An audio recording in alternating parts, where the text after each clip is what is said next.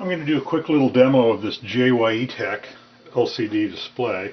So we'll power it on, and you can watch the display come up, and there's a kind of a splash screen, and then it comes up. So let's put a signal in. And you can see I got a nice little sine wave there. And what's nice on this display is if I begin to morph it,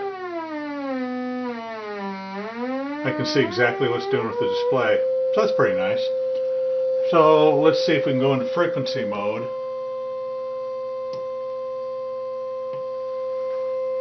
And let's see if we can find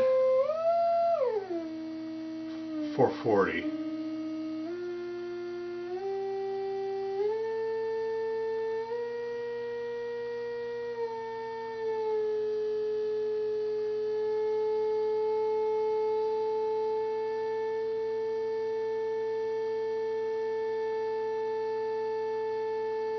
And I've got a reference 440 oscillator that I'll bring up so you can hear it's exactly in tune.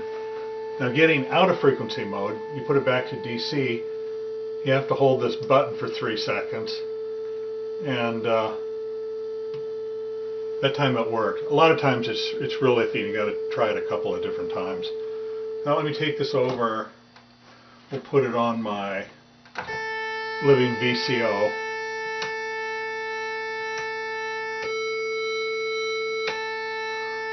This is in auto mode, so that's just kind of free running. If I put it in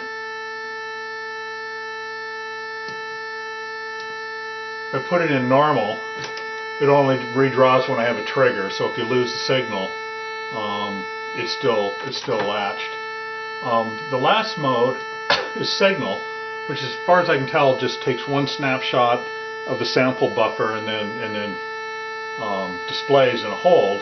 But the issue is I can't get it out of that mode unless it's not held, and so I have to push the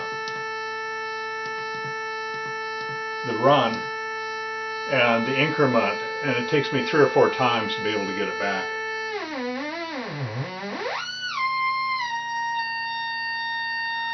My signal is just a little bit low there, so it's not triggering.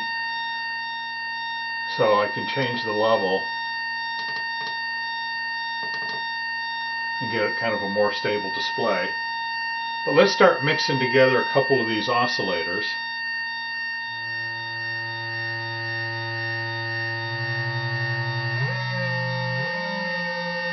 And you can see the display is totally unstable, but I can always hold it and get a view of what the display is like.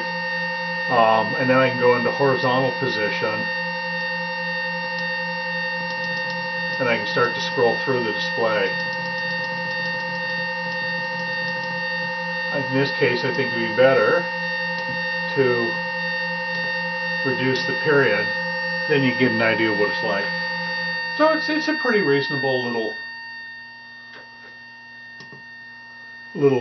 LCD oscilloscope. You know, the price was right. You got more in the panel than you do in the oscilloscope, but I think well worth the money. The frequency mode is pretty nice.